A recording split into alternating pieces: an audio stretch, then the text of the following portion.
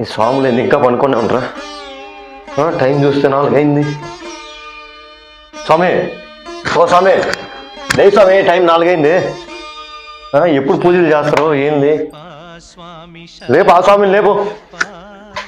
స్వామి స్వామి లే.